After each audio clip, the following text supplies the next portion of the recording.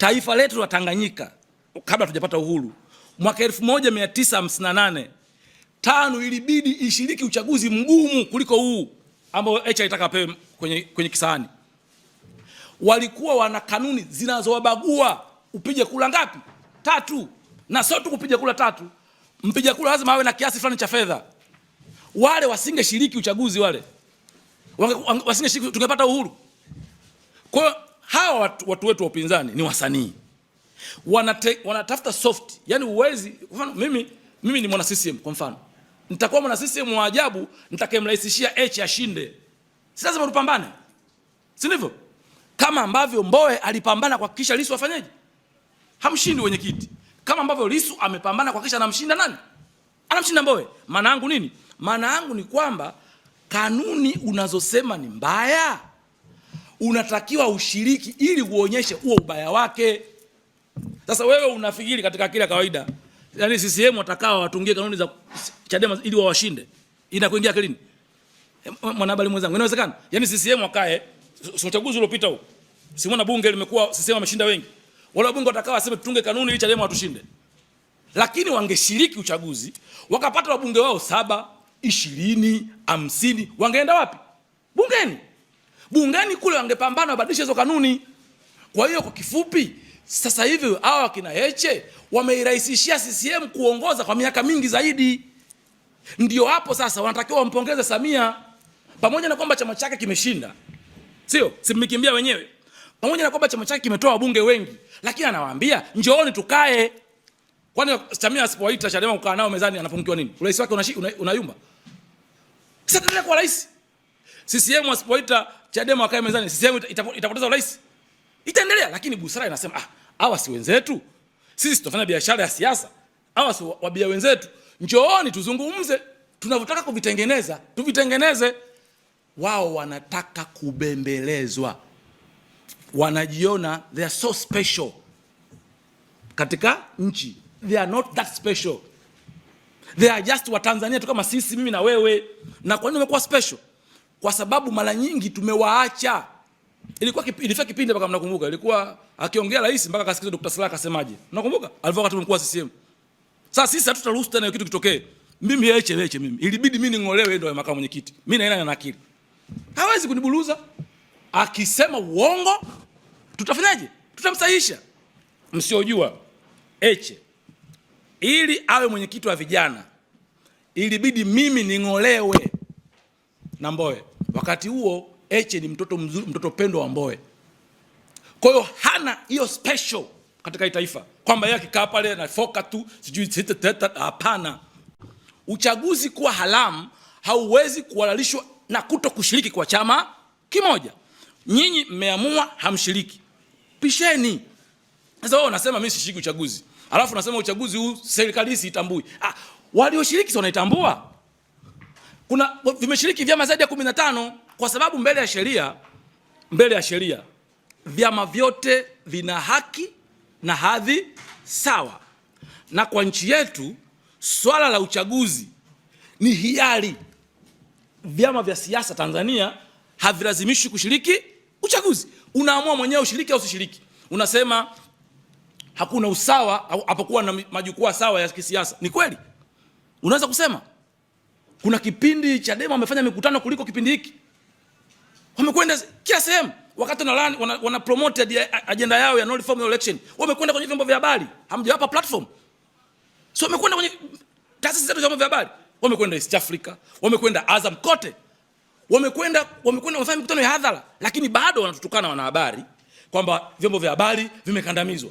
Uchaguzi, yani siasa haikuwa sawa. Kama uliweza kwenda East Africa Heche, ukasema nchi hii haitatawalika kama hapata kuwa na reforms, ulitumia mfumo gani?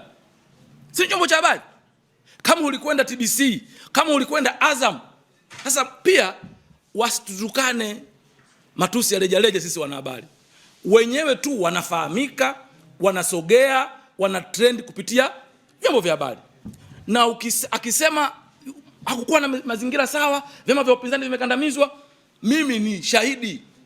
Tumemuona kiongozi wa upinzani wa chama hiki akizunguka nchi nzima. Alafu lazima tujue, tukumbushane hata sisi wanahabari.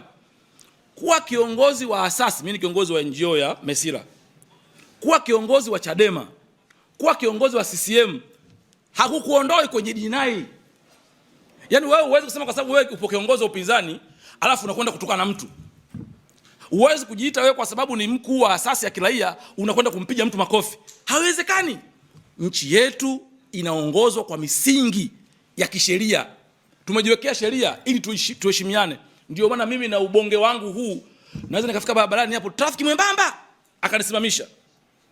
Nasimama namsikiliza kwa sababu ya utaratibu, utawala wa kisheria. Sasa wewe mwenyekiti wako anaongea vitu vya kuvunja amani, anakamatwa, anapelekwa kushtakiwa, anashtakiwa wazi, kila mtu anaona, alafu wewe leo unatoka unasema aachiwe huru.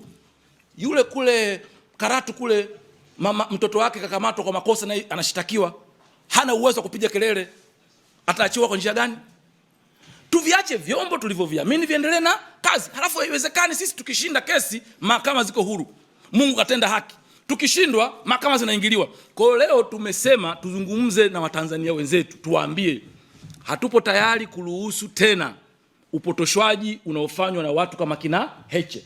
Tunamshauri Chadema, zipo kazi nyingi za kufanya, sio lazima tuilazimishe, tuishawishi jamii iingie kwenye machafuko. Na kwenye hili tutaviomba vyombo vya ulinzi na usalama wafanye uchunguzi kwa makini, waangalie namna ambavyo Chadema inaweza ikawa inahusika kufanikisha machafuko ya Oktoba 29.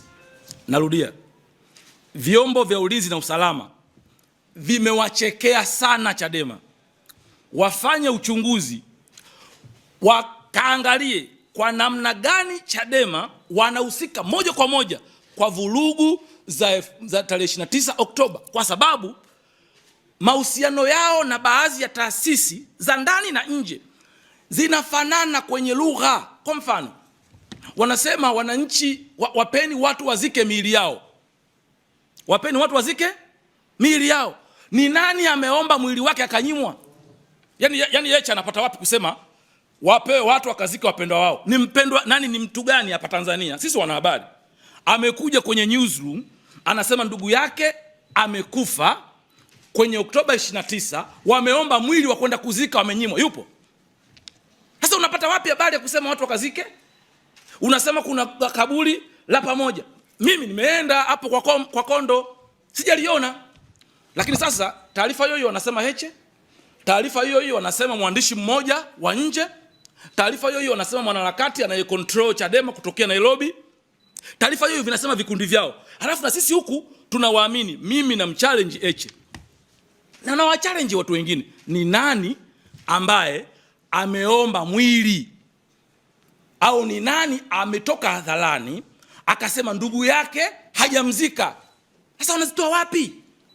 Kwa sisi Mesila tunasema kwanza, hatupo tayari kuruhusu uhuru wa taifa letu, amani ya taifa letu iliyojengwa kwa zaidi ya miaka 60 ichezewe tena kama ilivyotaka kuchezewa tarehe 29 mwezi wa 10. Tunamshauri Chadema, zipo kazi nyingi za kufanya, sio lazima tuilazimishe, tuishawishi jamii iingie kwenye machafuko. Na kwenye hili tutaviomba vyombo vya ulinzi na usalama wafanye uchunguzi kwa makini, waangalie namna ambavyo Chadema inaweza ikawa inahusika kufanikisha machafuko ya Oktoba 29.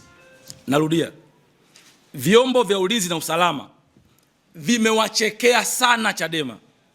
Wafanye uchunguzi, wakaangalie kwa namna gani Chadema wanahusika moja kwa moja kwa vurugu za tarehe 29 Oktoba, kwa sababu mahusiano yao na baadhi ya taasisi za ndani na nje zinafanana kwenye lugha. Kwa mfano, wanasema wananchi wapeni watu wazike miili yao.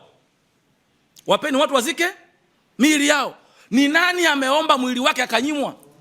Yaani Heche anapata wapi kusema wapewe watu wakazike wapendwa wao? Ni mpendwa nani? Ni mtu gani hapa Tanzania? Sisi wanahabari. Amekuja kwenye newsroom anasema ndugu yake amekufa kwenye Oktoba 29 wameomba mwili wa kwenda kuzika, wamenyimwa. Yupo? Sasa unapata wapi habari ya kusema watu wakazike? Unasema kuna kaburi la pamoja. Mimi nimeenda hapo kwa Kondo, sijaliona.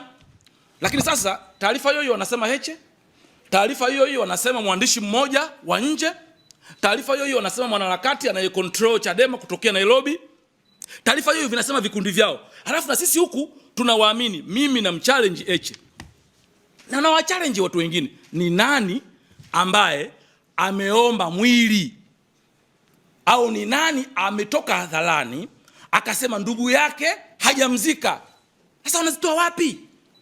Kwa sisi Mesila tunasema, kwanza, hatupo tayari kuruhusu uhuru wa taifa letu, amani ya taifa letu iliyojengwa kwa zaidi ya miaka 60 ichezewe tena kama ilivyotaka kuchezewa tarehe 29 mwezi wa 10.